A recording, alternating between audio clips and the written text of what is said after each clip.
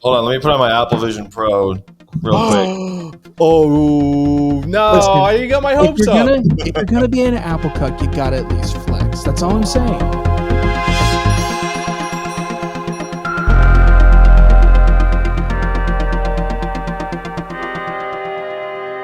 Are you guys gonna get that thing? Am I gonna get it? No, I don't have a use for that. I might get the next one though. I'll mooch off of whichever of my friends have it though. I heard a good theory actually that the reason why they're coming out with a Pro first is because they, obviously they got to get. They're basically beta testing the most expensive version of it for the Apple cucks. So it is the Pro version. So they're gonna have like a lighter version. So what's gonna happen is they're gonna release the non-Pro version, and that's probably only gonna be like $1,000. Okay. All right. I don't know. That's the theory because there's so much. Muster up a quick $1,000 and yeah. I mean, there's no reason it needs to be made out of metal and glass, and there's no reason for it to have I guess so. The eye thing. There's so much they could take out to make it cheap. Oh yeah. So I think they'll do that eventually. Well, you got to think about how much lighter that's going to be too. If they take all that material, yeah, that's the biggest complaint. Inherently like the lighter one better. I'm sure we've seen the videos of people walking around in public with them. That's I saw one of those the other day. To your point, they can probably get rid of metal. They can probably get rid of this, that. Can they get rid of the dumb look? No. Sadly, that'll probably stay. I mean, I don't see that leaving any time. Do you think it looks any dumber than any other VR headset, or do you just think all VR headsets look dumb? I can't even remember what the Oculus looks like. I think there might be a way to make them cool, but I think right now they all look really They all look dumb? Okay. I think it's also about context. If someone's using a VR headset indoors and in their room, there's the context-driven aesthetic of it, right? We don't have in society a current context. There's no current context for wearing these headsets in society. As just walking around, right? Well, I also think this is going to be one of those things where we're going to be the future boomers, and the new generation will probably pick it up immediately, and we're going to be look at these fucking idiots headsets. Yeah. I'm smart. I don't. Yeah. To the maybe right now, you never know. Kids having an iPad is really weird to the iPad kids. Yes, Gen Alpha. To us, it's maybe not that weird, but we're just kind of hey, I didn't have anything that cool when I was that young. I had a Motorola Razr. Yeah, maybe the Vision Pro or whatever. When we are in our 50s and 60s, we'll be what the fuck? We just have those. Bunch of 4-year-olds just babies coming out of the womb, and the woman giving birth has a headset on during labor. It's going to become very integrated with. They make a baby bottle attachment. For the kids, for the babies. Not with one, yeah. I'm gonna be very upset if they don't make them smaller. If they become so as pervasive as people expect them to be, they better get lighter weight and look like glasses. I mean, yeah, technically, they can't Google be big Glass. Hey, we can't be wearing ski goggles in 20 years. There's no way. No, that's my biggest concern with this. Apple's obviously had a lot of issues with screen protection in general, right? Uh-huh. Oh, you mean keeping it from shattering? Yes. And my main thing is why would I trust? I'm just saying, I don't want to be walking around wearing this thing. Right. And no, it's not. I swear, my phone, I've gotten huge cracks in my phone, and I've never dropped it. Stop doing that. And I would never. That's the thing. I would never drop it. I would never. Hey, maybe drop it less. They just show up. I swear to God. Yeah, they just show up. Saying I don't want to be walking around with the Vision Pro, and it just shatters while I'm just walking, and my eyes have glass in my eyes. It's just yeah. There's no really reason worried about this thing. There's no reason to walk around with it. I mean, maybe you could use it on a plane, which is what they advertise and what I've seen people do. Although, it was funny seeing Casey Neistat's video about it. Did you watch his little no, I haven't. Because he took it and immediately just went outside New York for 8 hours and just never took it off. Really? And just to see if it was even remotely usable. And right, it's a really interesting video because he's he's like, yeah, it's clunky. Like some of the stuff doesn't really work. It's not really like if you go into a subway and you like pull up, because this is what he does. He pulls up like the multi-monitor setup. As soon as the subway starts to move, all his monitors start to like shift away from him. Oh, because it uses GPS. I guess, or just it uses accelerometers, so it still move with you. So I don't know. That's weird. Well, I guess it is just based on it just reads your velocity, so it feels you moving that way, and it's just like, oh, you're walking, like. So like I don't even know. I mean, I'm sure there's probably a way to turn that kind of stuff off, but there should be like a quick button for that or something. I think it was funny because he meant it to be like a funny video, but by the end of it, he was like, he's like, actually, I think like this is kind of amazing, like being able to like have my entire desk with me and be able to like be out. I mean, it's to me, it's still kind of impractical because like, are you going to do serious work outside? There's a certain time of the day where I want to be away from my fucking desk. That's all I'm saying. Like, I don't want it with me all the time. Yeah. Oh, that's fair. Yeah. I mean, if you're busy, you're in the hustle and bustle of New York City. You're going to have that, but not me. Yeah. I have the video pulled up and I'm noticing that he's like on the subway with it. And what's really interesting to me about this is that like, I'm pretty sure you have to use your hands to interact. You click with your hands by tapping your hands. Right. And I feel like weird. On the subway in New York City, like one of the things you don't want to do, I don't know, for folks who aren't in like a big city or anything like that, you don't want people to think that you notice them. Like when you're on a subway, you do not want other people who you don't know, strangers. Oh, for sure. To think that you're looking at them. Yeah, like, And I just think like doing this, like there and like right in front of you. Like, I don't know that this is going to be good. Like the nice thing about the nice thing about a phone is that like you pull it out and then you're like looking away and it's like clear. Yeah, there's a clear path for the eyes. Where on the Vision Pro, if you're typing, you know, your keyboard comes up and you're like sitting across from one and you're like, it's even Why worse. Are you pointing at me? Somebody's like typing with one finger in the air. Yeah, that's gonna go over really well. So bad. I think what I'm interested in is like, is this kind of like an app? So Apple does things that a lot of the other side of the tech industry doesn't do, where it'll innovate by force rather than innovating by demand. And it's definitely nobody needs this really. Like no, it's not. There's not a demand really. Another example that was USB-C. Nobody really asked for USB-C. No one asked to like remove the 3.5mm jack on their phones. Like Apple just did these things without really checking with their demand if that's something that people wanted. Was the USB-C thing though was because of a European law though, wasn't it? Oh, isn't that why they switched from Lightning to USB-C? I'm pretty sure that was because of like some European thing where they banned phones from having different standards. In Apple's case, I thought Andrew meant just USB-C in general, but in Apple's case, I think it was. I think maybe that is what I meant. I don't know if it's required.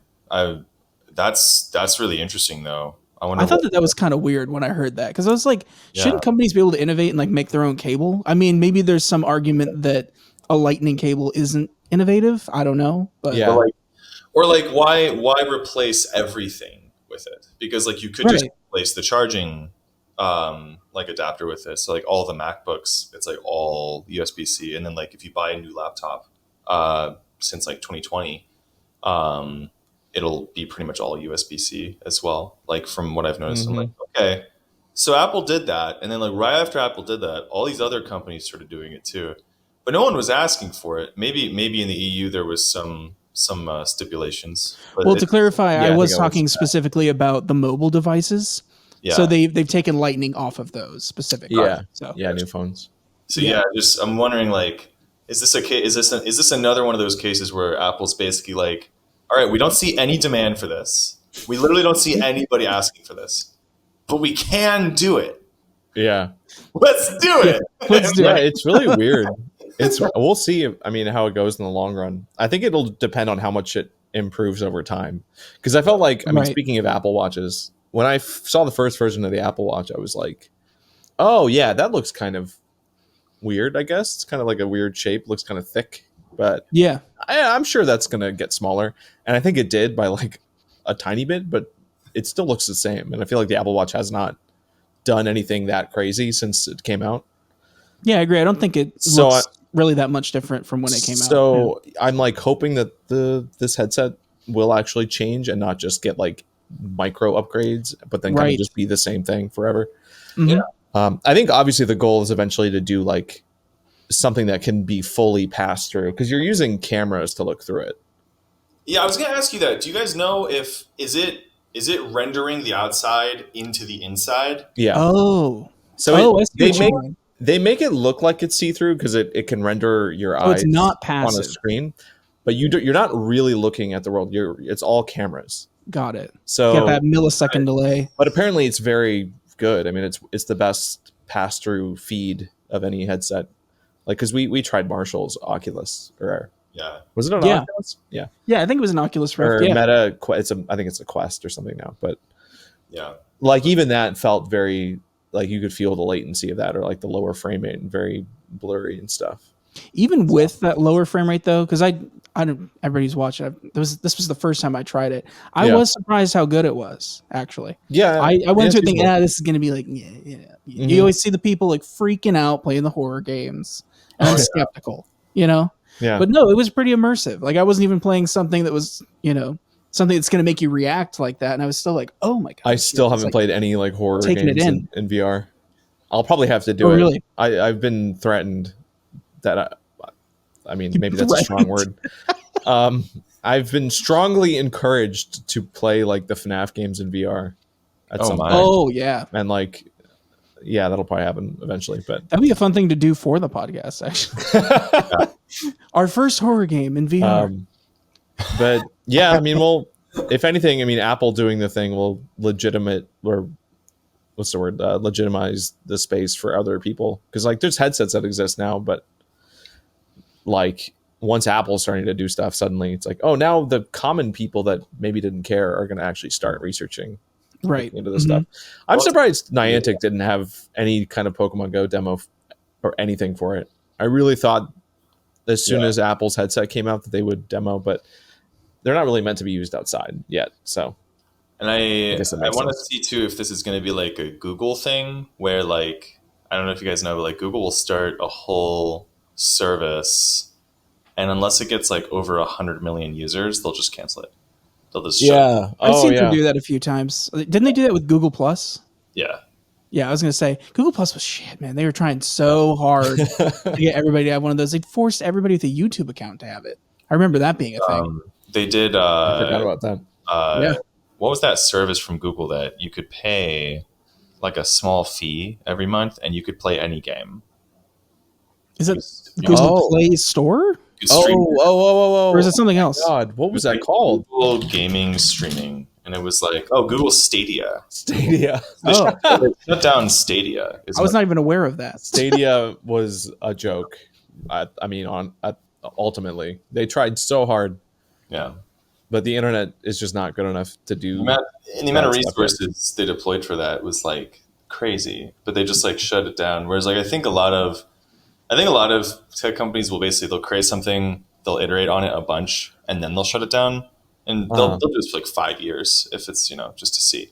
Or what they'll do is they'll iterate a bunch, it's not working, but some other demand comes up. They create the product for that, and then they do a merging of legacy technology and new technology. So that way they're never known for like shutting down stuff that people actively demand because they created the demand for it because they launched it. Right. I feel like Google does deserve the bad rep it gets for doing that. Like it probably didn't have to shut down Stadia. There was probably a way to keep it in some like light mode. But I'm waiting for Apple to like. Apple will do that, but not after like a really fucking long time. Like Apple doesn't make those like the same Mac Pros that it used to, right? They're like totally different now. Right. Yeah, the trash can Mac was a very short-lived thing. So we still have, basically for the Mac Pro, we still have the 2019 body, the cheese grater. But we also have the what's it called? The Mac Studio, which is what I have. You can see it over there. And honestly, I think for most, like 90% of people, that's all you need now. Yeah, it's crazy how small that thing is too. So efficient. It's got that new chipset, whatever it's called, ARM. Yeah, like that. Apple Silicon. They're really, really good. And I feel like the whole point of like Apple like recycling hardware was to avoid creating a modular system, because that clearly is not going to get as good profit, because people are just going to upgrade their system instead of getting a whole new one. Right. And less purchasing going on for sure. I love that, like, it's so clear that the game plan with the Vision Pro is to recycle this version of it. And yeah, everyone's probably. Anyway. So what I'm saying is, like, Google will create something and then take it away from people. But Apple will create something, move to a different thing, and people will throw out the old thing themselves. And it's like, it's a totally different type of loyalty between the services. Mm-hmm. Like, totally different type of like innovation pattern, basically. So I kind of wonder, like what Apple's going to get away with in terms of being able to just do whatever the hell they want with this, because they're a demand of one right now. Like, they don't, or sorry, a supply of one. Like, there's no competition with this right now, really. Like, they still have they did their Apple Arcade thing, and I know they spent a ton of money buying like exclusive games from big companies. Like, they paid Square Enix, or at least the guy that did Final Fantasy, a lot of money to make Fantasian, which was like a Apple exclusive Japanese RPG, which was actually really cool. And it took me like 2.5 years to beat it, because I would only play it when I traveled, and it was like an 80-hour game. Yeah. So you do the math, but oh man, I was like, I would play it like a little bit on airplanes and stuff, but I don't hear anything new announced for Apple Arcade anymore, because that's supposed to be like their solution to, like getting more quality phone games that aren't all like microtransaction, but you pay monthly for it. So I don't know if that's profitable for them. If there's how much was it a month? There. It's like $7, I think. $7. Oh, that's not too bad. Yeah. If they have good enough stuff. Yeah, I mean, I mainly got it for that, and I kind of was like, yeah, I'll probably stop paying for it once I beat like the games that I care about on there. Right. And I went through it recently, and there's really not much else that I'm interested in playing, so I probably will cancel it. Like, they just haven't announced it, so I'm like, I don't know if Apple Arcade will go the distance or not. But yeah, Apple sticks with things for a while. Google is doing web domains now, and people are worried about using that because of their reputation. They're like, yeah, you can move it to Google Domains. It's like, is that going to be around in 2 years? Haven't they been doing that with? Is that a new thing? That's a new. I think it's kind of new, yeah. Because Marquez Brownlee was talking about it. Now, what is Google Domains? I don't know what that is. It's just a web hosting. Like you can. Oh, okay. As an alternative to like GoDaddy or whatever it's used nowadays. Oh, got it. Oh, this is like it already got sold.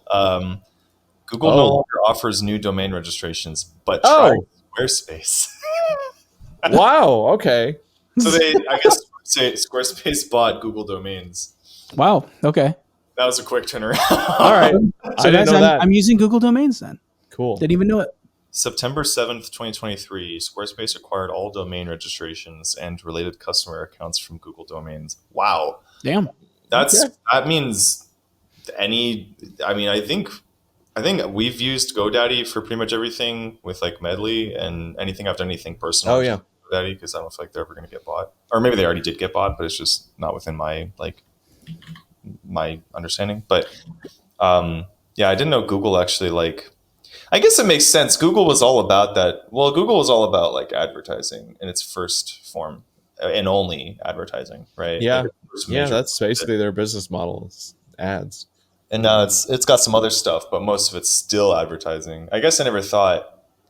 You just think that like if there's such an integral part of the internet to the point where like you go to Google to look up anything, I would have thought Google was like buying and selling domains. For like a super long time, but I actually right. That just seems like something that they would have had, which is just like a different for sure. But I mean, remember they only have like 100,000 employees, so I still don't understand that. Yeah. Like, how are they going to do everything? God. They need at least another 100,000 on top of that. Another thing that's coming up right now is Netflix Games business unit is growing, and the Netflix, they're getting lots of games. You looked into them a bit. You seem to know a little bit about Netflix games because I heard rumors about them doing it. But they're like someone to Netflix have. games. Wow. Yeah, they're like someone to have in your corner if you don't have anyone else. They're not really a publisher. They're not really a developer. They're not really. I don't even really know what exactly it is. But all I know is that you have to have a Netflix subscription to play like a Netflix game. But what's weird about it is there are like legitimate games in here. Like where do you go? San Andreas. I don't know how to pronounce Andreas, but like that's a game on Netflix games. Like, how do you play them? Dead Cells became a Netflix game. That's a really well-known indie title. Is this on PC? Like you have to like log into a PC? With how Netflix? do you play it? Like what platform? I think the game gets distributed to the platforms that of your choice that you like. You know, as a developer, the platforms of your choice as a developer. You'll deploy it to like whatever platform you want, like normal. But then, okay. I think you have to like sign in with Netflix or something like that. That's weird. A little lost. Yeah, that's strange. But I know like you do need to be a Netflix member in order to play the game. Yeah, that's weird. Like, that's the part that I'm like, okay, this is it. Yeah. Go ahead, Gabe. Yeah. So you exist in like the free to play category or whatever. Like it's free to download, but then once you actually get in, you just have to log in with a Netflix thing. Yeah, that's weird. All this gaming and streaming service stuff is getting so convoluted now. It's like, how many tens of things do I need to be subscribed to actually watch all the things I want to watch? You know. Well, and like streaming platforms themselves are just becoming more and more like cable. Like I tried watching the new Loki season on Disney Plus. Is it just plastered with ads? Because I think we're borrowing some, like somebody decided to, I didn't know we had Disney Plus, but I was like, hey, while I'm making my coffee, I'll put this on. And it's like unskippable 3 or 4 minute ad breaks every 10 minutes. Like every 10 minutes. That's just TV. It's TV. It's literally just TV. It's terrible. TV, but you can, I guess, choose what you want to watch. I don't know. Yeah, I guess it's probably still less ads than TV, but in a streaming context, even like a 2-minute ad feels like an eternity. It's like, what? Well, yeah, considering how light on ads streaming services used to be, or you know, you're still paying for the service, so that's weird.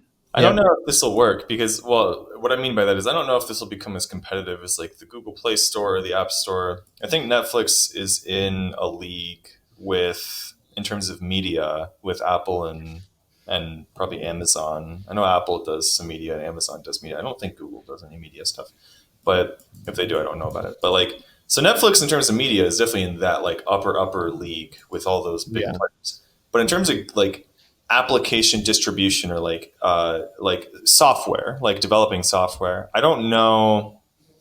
Or even sponsoring software. I don't know if this is the right way to break into the monopoly of like. Yeah, to me, Netflix just seems like a weird brand to attach to games because it's like it's labeled as like movie. Like Netflix is just is a movie thing. It's like if Burger King was like making games and there was just Burger King productions on and it was like what. In a weird way, why are we okay? In a weird way, though, it does kind of like relate back to Netflix's origins, where they were like mailing DVDs to. It's like, oh, now we mail games. Yeah, kind of like went to this other thing that a totally different like I'm part of the market, like because games are software. So I'm like, it's always weird. That means that like the distribution patterns are like kind of endless. Like you can kind of get them from anywhere, and then when the way I'm kind of thinking about this is like right now the competitive monopoly for games is basically creating these like centralized stores like Steam or Epic or like obviously like the app stores, the Google Play stores. There's even like the Windows store, which not very many the Microsoft store people really think about or use. There's a store through the App Store on the Mac as well. That's another one. But they kind of centralize these things into stores, and then you install and like manage the software through the store. And what I'm kind of curious about with Netflix is not in a position to serve a store, really. Like it's the avatar, the software avatar that Netflix is not like Epic Games, which is already about video games, and like so it kind of makes sense. They have like their own games, they make Unreal Engine. It makes sense that they have like a store for games, but they're also not like Apple, where like they're a software distributor first. It's like it doesn't really. I don't know. It just seems kind of like a weird. Again, this is like innovating by force. There's not really any people that are saying like, oh, I wish that because I have a certain subscription that I just got access to all these games. Because like usually what happens is someone says, I'm interested in a type of game. I have a group of friends that are also interested in those types of games. Now there's a new game that's like in early access, or it's like going to be launched soon. It's making news. It's getting press releases. Oh, I think I want to play that game. And then they try to figure out where the game is on. It's like, hey, do you want to watch Stranger Things? Do you want to play Among Us? Among Us. Why we not can do both on Netflix? Why not both? There's a lot of good data to show that like normally demand for video games is bottom up. It's like I'm interested in a game. How do I go get it?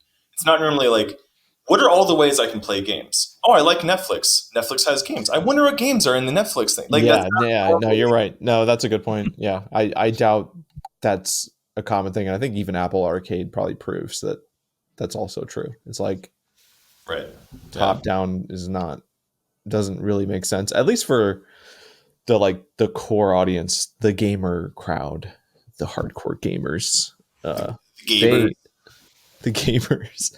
What's up, my gamers? No! That sounds way better than no, that sounds worse. We joked about calling my audience the plexers.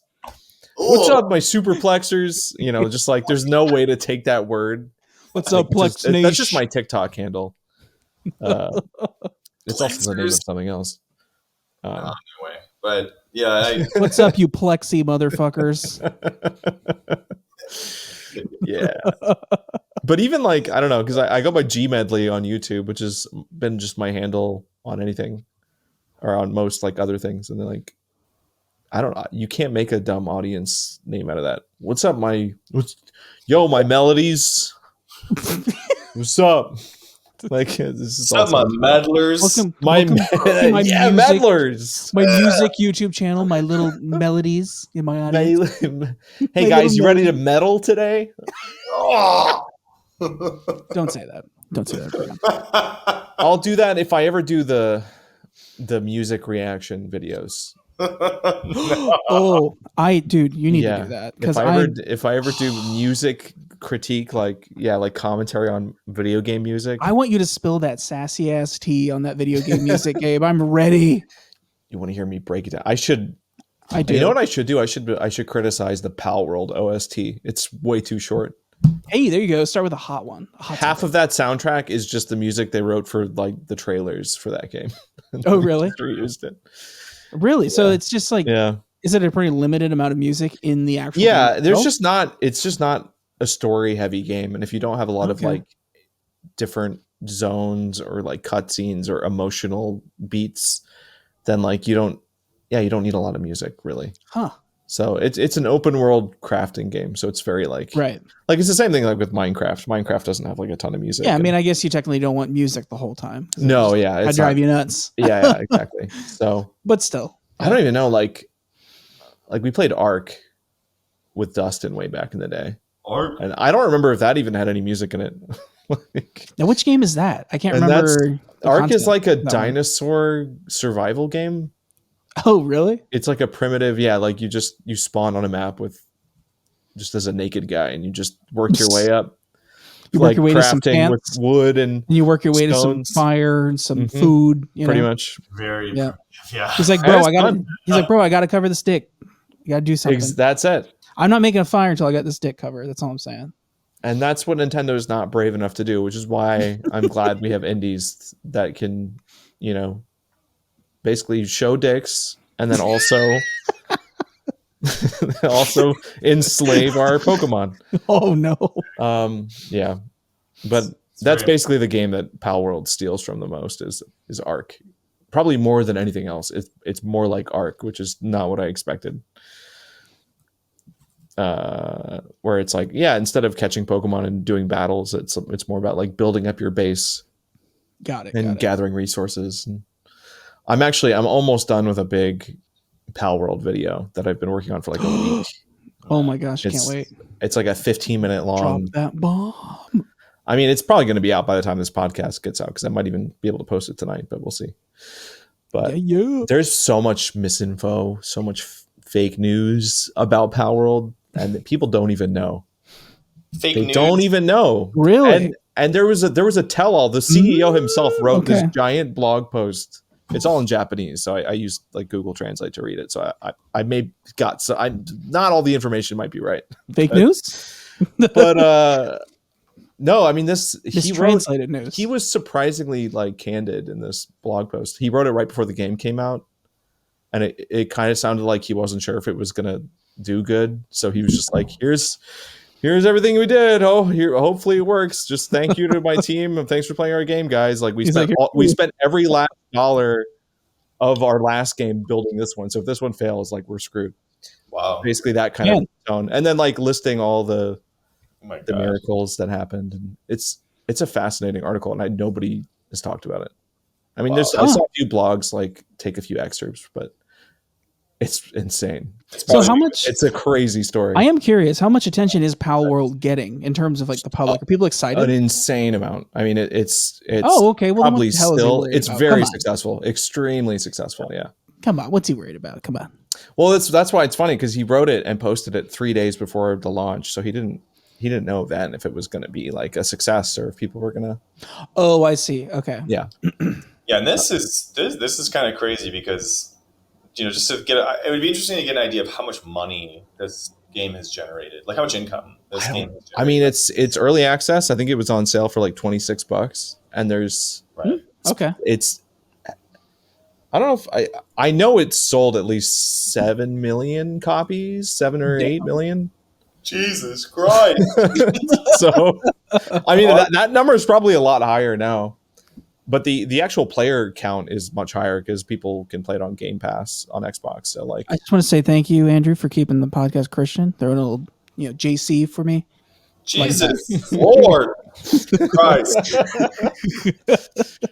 But I don't know. I'm just very curious to see what they do next because like that's insane success, and they're not a big studio, so we'll see how they handle it. But Nintendo did make a little comment though. They did say a little bit of hi. We see you, but it wasn't even directed at them. It was more like I think they were just getting contacted by the press and by like random fans tagging them and sending them emails that they were like, we know that Palworld exists. Okay, you don't. Thank you for defending us. Thank you for being for white knighting for your favorite corporation. We can we pay people to do that for us. Thank you. Do you think Nintendo is going to go after them? I don't think so. I think they would have already. I think they would have. I think they might have actually done it much earlier if they actually thought there was going to be an issue, because they were pretty. Like a lot of the designs that people are taking issue with were already very obviously present in like older trailers and stuff. So okay, I think it's probably the closest example anyone. Well, it's the closest that anyone has ever flown to the sun of like copyright, like legally distinct copyright. Yeah, I was going to say, like, what is the tipping point with this thing? I don't know, and that's why we have court systems, because it's like if someone really thinks that that's too close, then they can see how that goes in court. But Nintendo depends on what the lawyers are saying. It's like, how are they weighing this thing? Yeah, you know? And then you have to prove too that like I get sued for that. Is this game actually damaging our brand? Like, are you robbing sales from us? And, right. Yeah. You know, it's a whole thing. Right. So Nintendo is at this moment not worried about it, apparently. So no, that's interesting. They said they're looking into it. I mean, but again, I don't know if they're saying that just to shut people up. like, please stop tagging us, stop emailing us. Also, don't. I mean, because like the Palworld people were getting like death threats from like the diehard Nintendo people. So everybody was just trying to step in to calm the everybody Nintendo down. people are coming in and being like, "Oh shit, it's not working." Yeah. Oh no, my soundboard. No, not the soundboard. And that's a machine gun.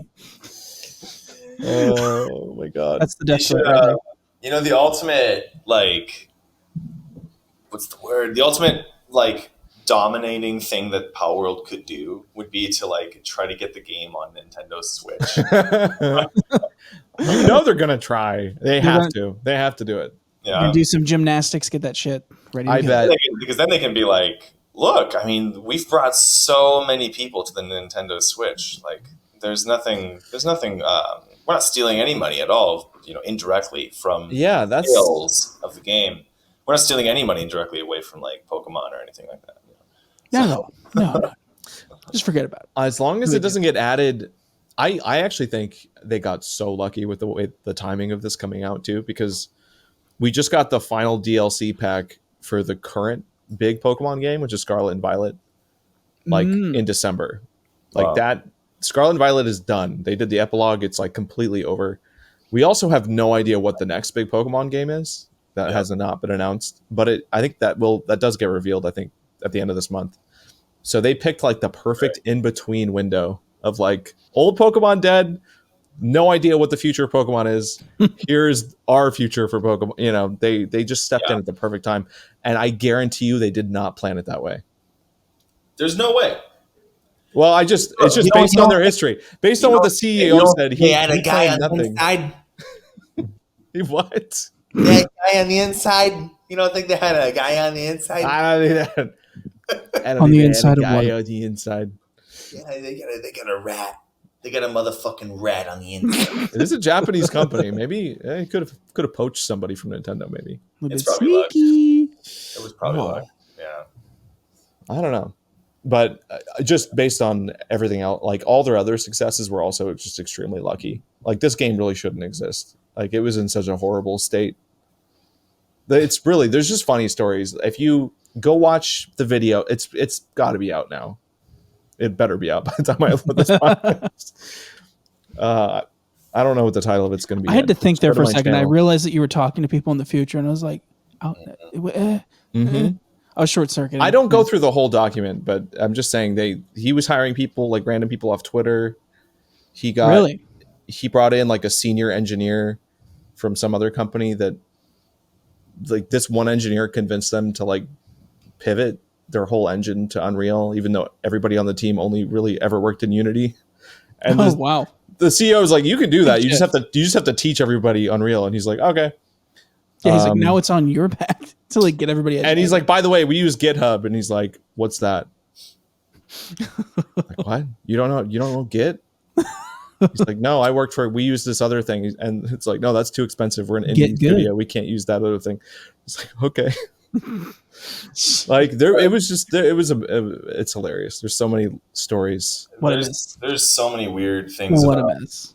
There's so many weird things about Unreal development. Like there really aren't very many people using Git with Unreal. Like yeah, okay. So maybe that's common, but it was a surprise to him. When I was at Riot, there was like a lot of like me and some other folks being like, we should be using Git because it's better, and they were like, no. We're going to use this thing that the Valve engineers who we brought over to our company are used to using, and we're not going to use anything else. So that's probably really common. Okay. There's just a ton of legacy stuff that sticks around.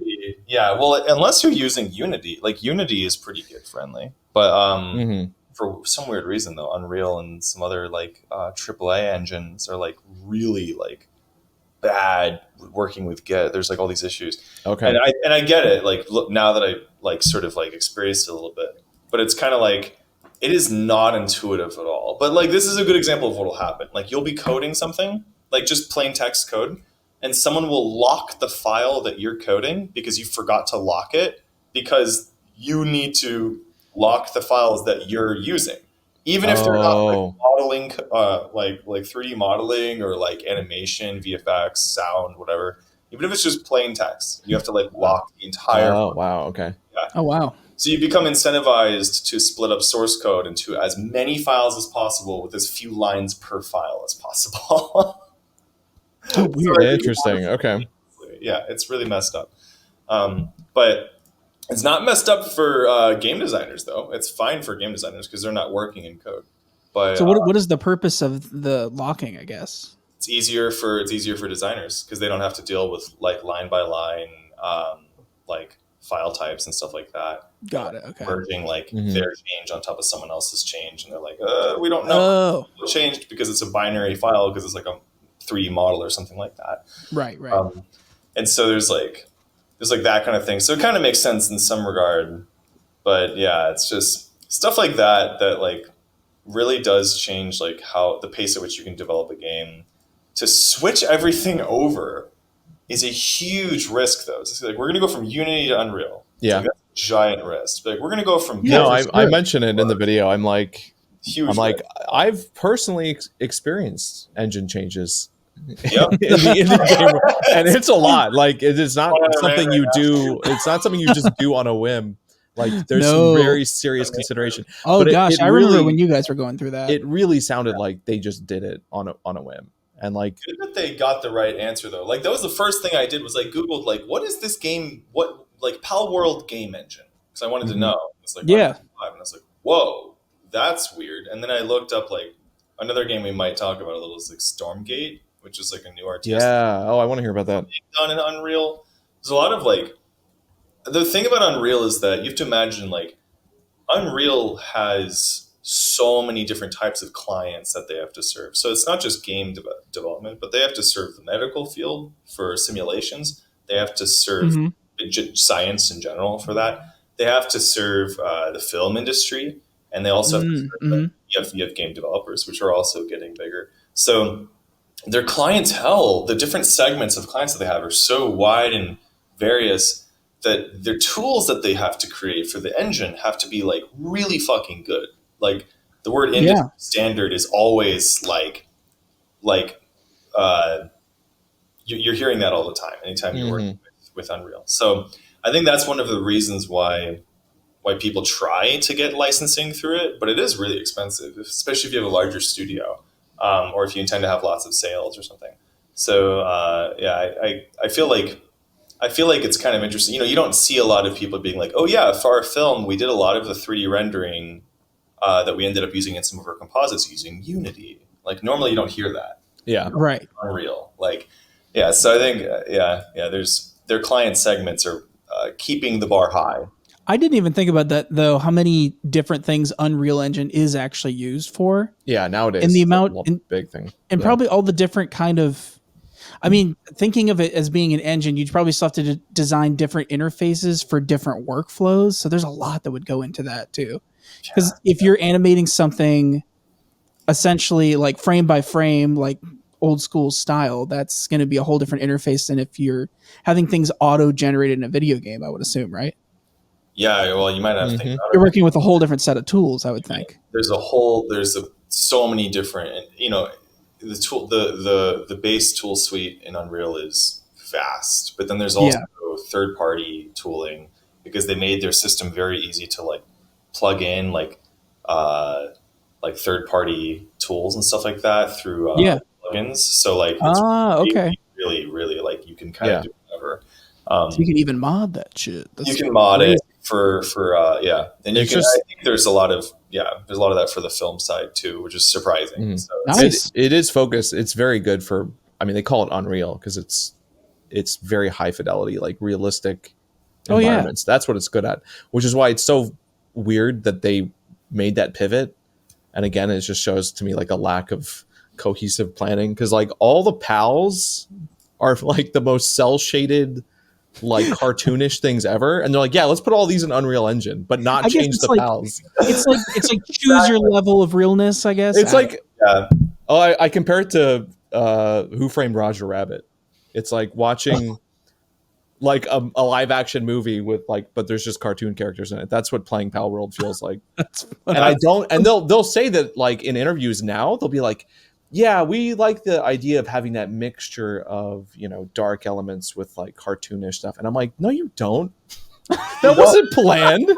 You did that because the engineer had to did the thing. You didn't plan any of this. You're just saying that it was an artistic choice. No, it wasn't. It's like fucking what's his name from The Room, and he's like, "Oh, it's a comedy," and like the whole time. Oh my god! You were saying Tommy Wiseau. Yeah, over a decade, you were saying this is one of the best movies ever. It's a romance. It's very intense. It's very serious. Now you're saying that you meant for it to be funny? No. And what's funny is he chose to call it a black comedy, which is even more confusing. That's funny. What the hell? Why doesn't that term just put it on screen, Gabe? Just edit that in because I'm pretty sure that's what it says on the cover. I'll find the quote. That's so instead of like dark comedy. It's like, why'd you choose that wording? Isn't he working on some new movie about like a shark or something? There's but he's too self-aware now. So yeah, I saw a clip of it and I was like, oh man, he's not pure anymore. Yeah, the jig is up. But yeah, fortunately, I'll check it out though. I'm gonna play some Palworld. I'm probably gonna play some with Gabe or whoever else. I'm down to start a new server, start from scratch. Yes, it gets the co-op stuff yet. Have you? No, I haven't done any multiplayer. Emily's been playing it too, so she would probably be down to do a. We could make like a server. It is a game that like imagine being able to build your StarCraft base, with multiple people, and how much easier it would be to like split up the tasks. Like playing the game solo is so overwhelming. There's just so much to do. Yeah, there's like, and like the way that your base is laid out, it's a lot of like. There's a lot of optimization and multitasking and stuff that's involved.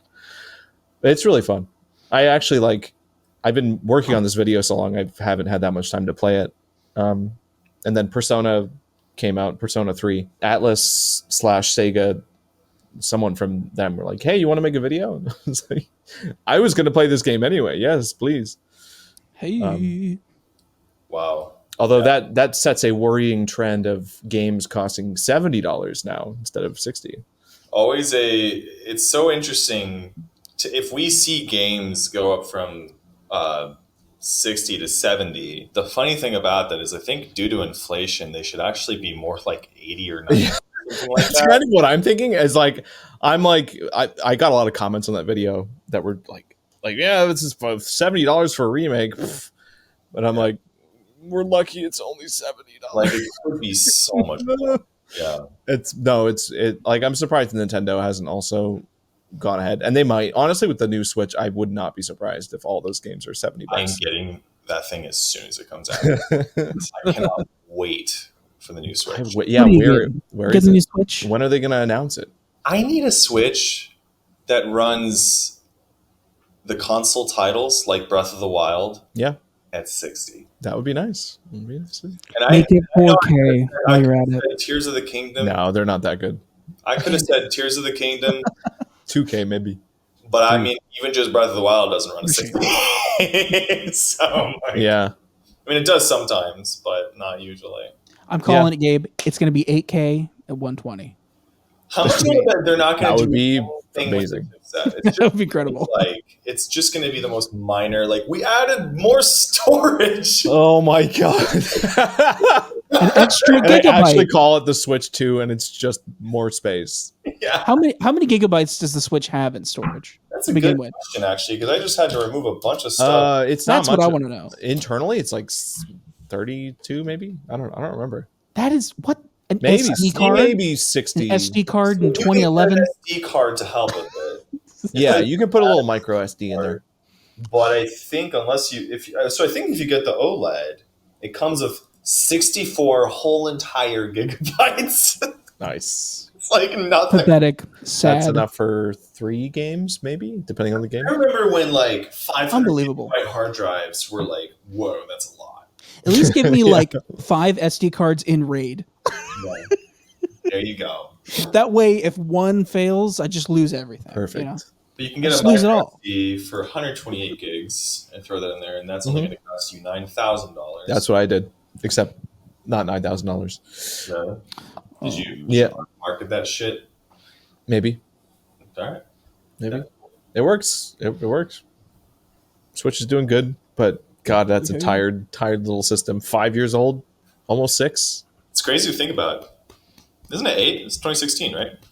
Oh God, I hope it's not. Is it that long ago? Wait, which one are you talking about? When did the Switch come out? Now I'm not sure. I think it's like summer 2016. Well, I know Pokemon 2017 Go came out. 2017 March.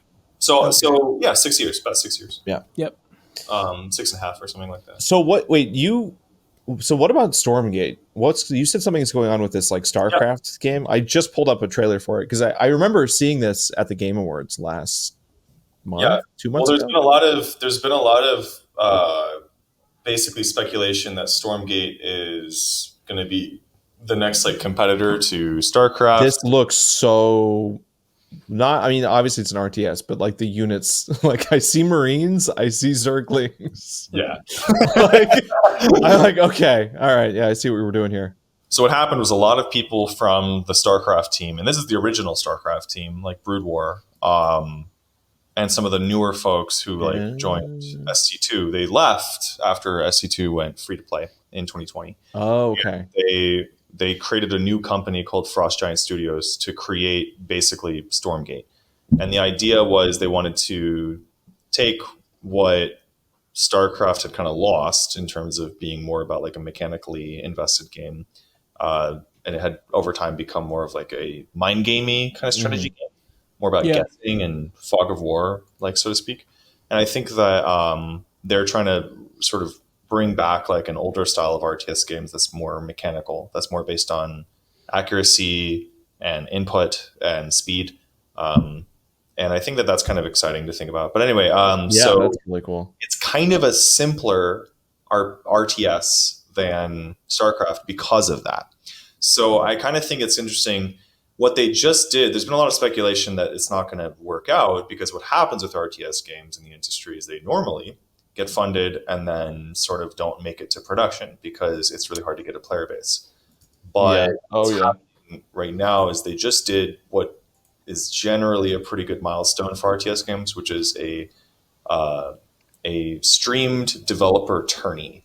So it's like the developers do a tournament internally at the company, and they actually stream the gameplay. They had casters, like Winter StarCraft did a whole cast of this game, and he's like the kind of one of the bigger. I see his name. I'm scrolling through videos right now. I'll put one on screen.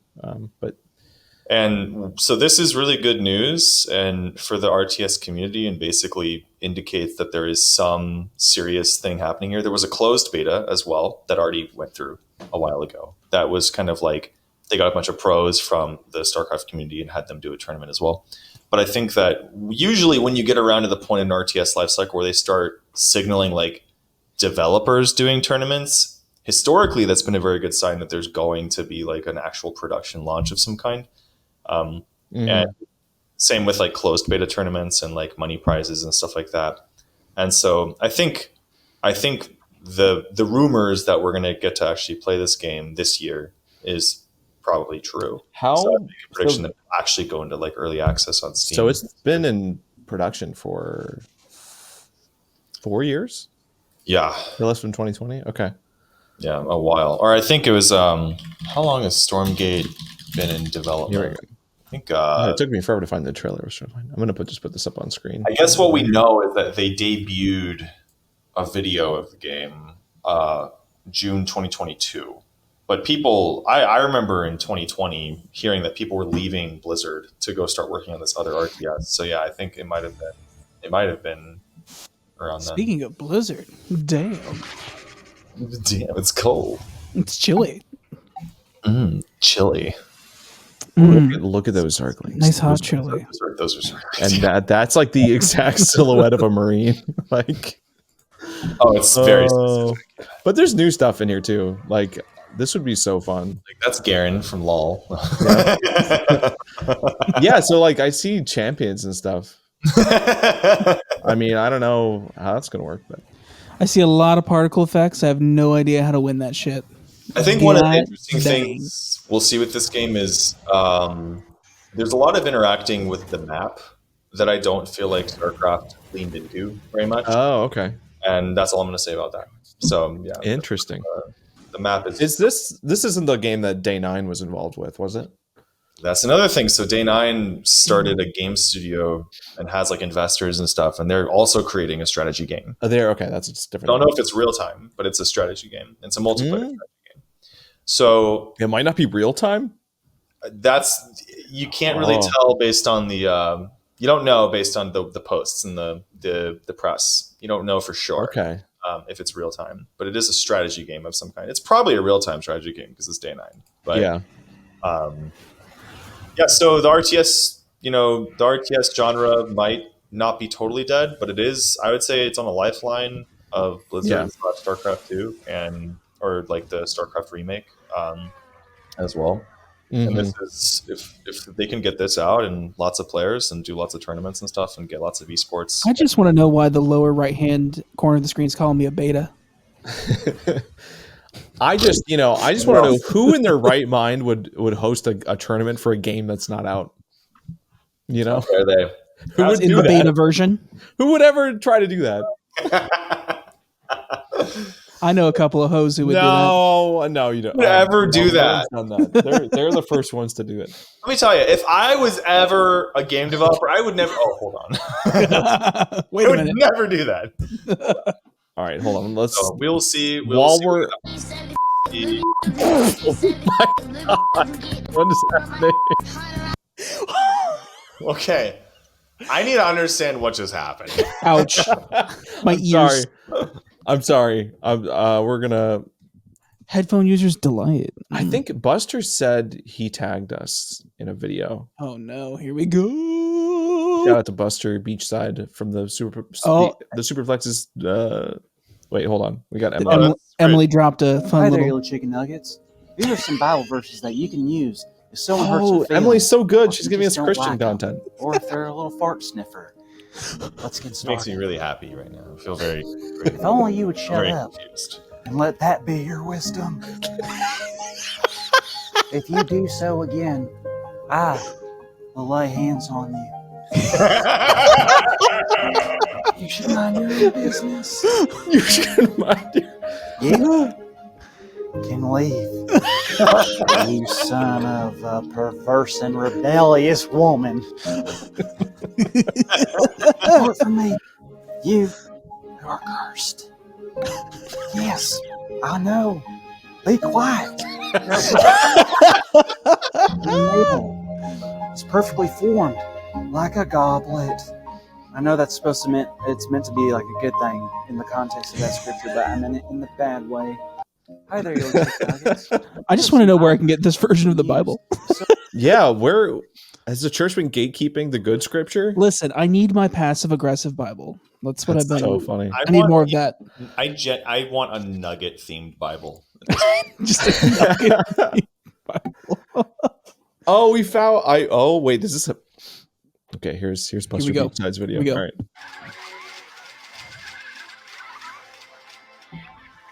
All right, Coaster Tycoon.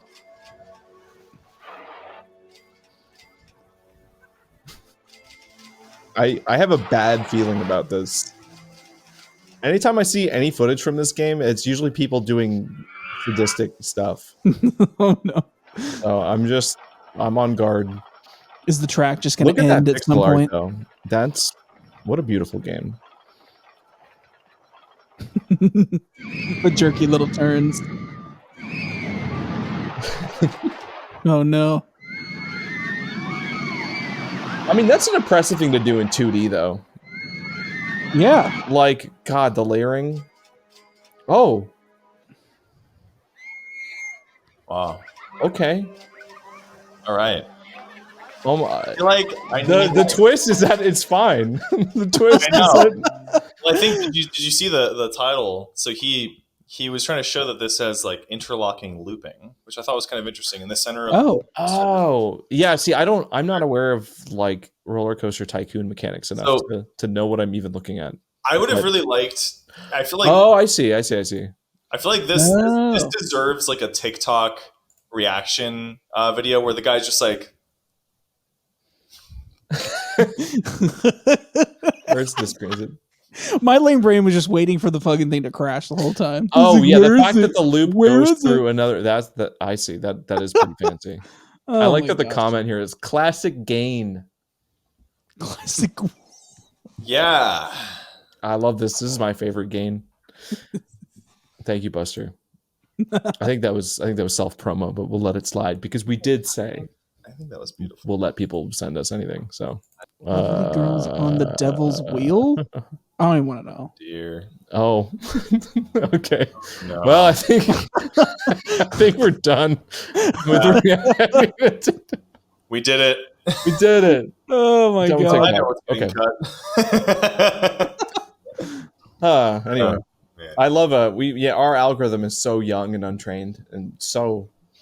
I know. Every time you open it up, I'm like, what? I think about that though. Like, YouTube has that thing where you can like click on a button that says "Show me stuff." That's it's like outside. try a new homepage or whatever. I need that on TikTok because my like algorithm is just bad. Like, I need actual new, like, just a full reset. Do you ever when you're on TikTok? Do you ever just when you're on the first video, it's like don't like the vibe, just pull it down, and it will refresh that whole feed.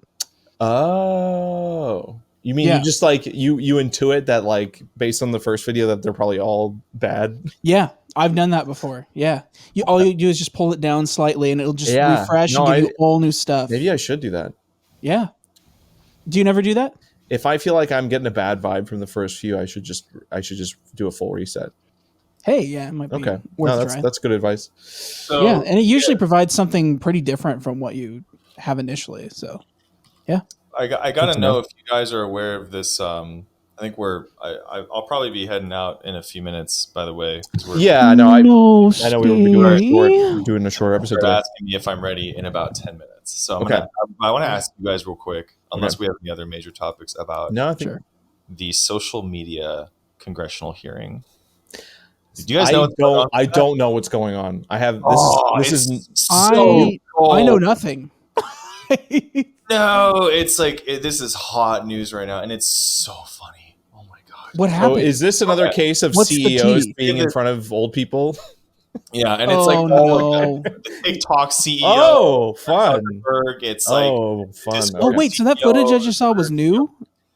There's more stuff going on with the TikTok CEO? Just a few days ago. What? I thought I was getting old stuff again. No way. But in the last few days, there have been all these videos coming out from the congressional hearing that is about. Have you ever been associated with the Chinese party? It's like, I'm Singaporean. Yeah. Yeah, I saw that. Yeah. And so right now, our Congress doesn't know the difference between being Singaporean and being Chinese. Did you see? It doesn't seem like any of our Congress people know that, because one guy asking, over and over and over again, these kind of dumb questions, it's like, okay, you can get away with that. But all of the other Congress people are like, I think he's Chinese. He lives close enough. I have to send you guys a clip. Somebody edited together a scene from King of the Hill right next to the clip from the Congress thing. It was it to a T. He's like, so are you Chinese or Japanese? And the guy keeps saying he's from Laos. And he's like, great, so are you Chinese or Japanese? Oh my god. I can't wait. I've got such good stuff to look up after this. Over and over again. I think maybe we can save it for the next one. But yeah, we can probably, after we all check it out a little more, this is something we can probably go really deep on, because there's a lot of interesting stuff about how there is people protect children under the age of 13 on social media. There's a lot of that's all I knew, is that it was about kids specifically, right? But I didn't. Okay, yeah, that might be worth digging into. Is it ongoing? Like, is it wrapped up, or I think it's mostly wrapped up, but I think there's going to be more. There's always more that ends up coming, from it, and so we'll see. How do I keep the AI away from my kid? There's been a lot of how we keep AI from touching the kids. Is the AI on the Wi-Fi? We're trying to figure out the Wi-Fi. why when I go on Facebook Marketplace, is there somebody trying to buy my stuff? What do you have to say about that? I didn't give the marketplace my credit card. Acknowledging something that's totally normal, like it's a huge problem. Why is somebody trying to buy my stuff? I can't make heads or tails about this. Like, just like old people just saying the same shit. It's really funny. Oh, it's gonna be us. It's gonna be us someday. Like, so does TikTok connect to the internet? Which you own. Yes, sir, it does.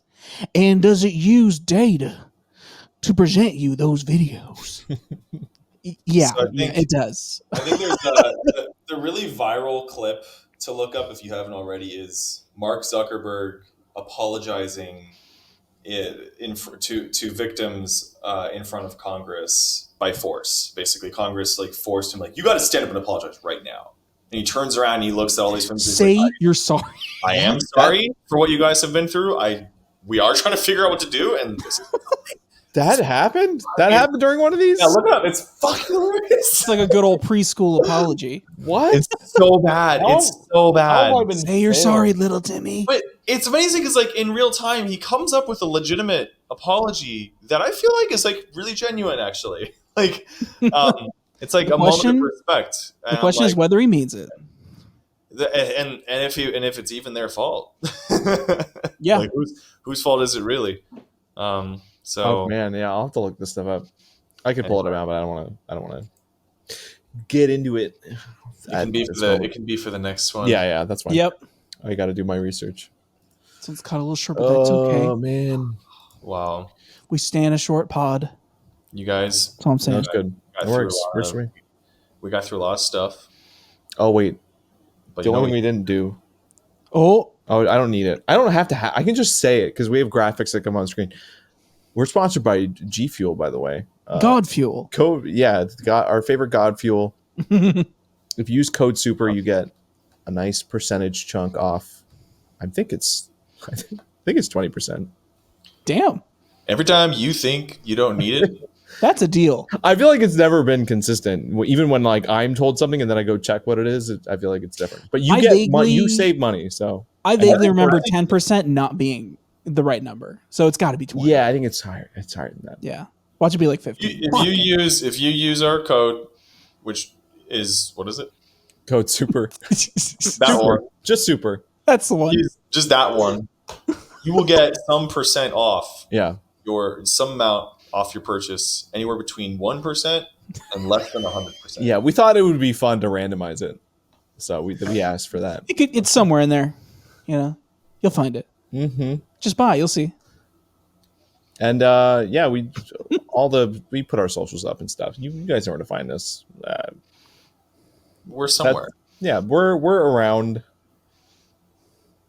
Go watch an old episode. we said all the things before. You're this isn't your first. EchoSFX.com, over 300 high quality sound effects for you. And you don't have to do it. Just ready to go back and download. watch the old one. No, they can go back and watch. I love the idea of ending the clip with and we'll see you on the internet. There's some YouTuber that probably has that as a sign off. Ultimate cringe. I love it. I want somebody to do that just so I can enjoy it. And we'll see you guys on the internet. It's like we're already here, fucker.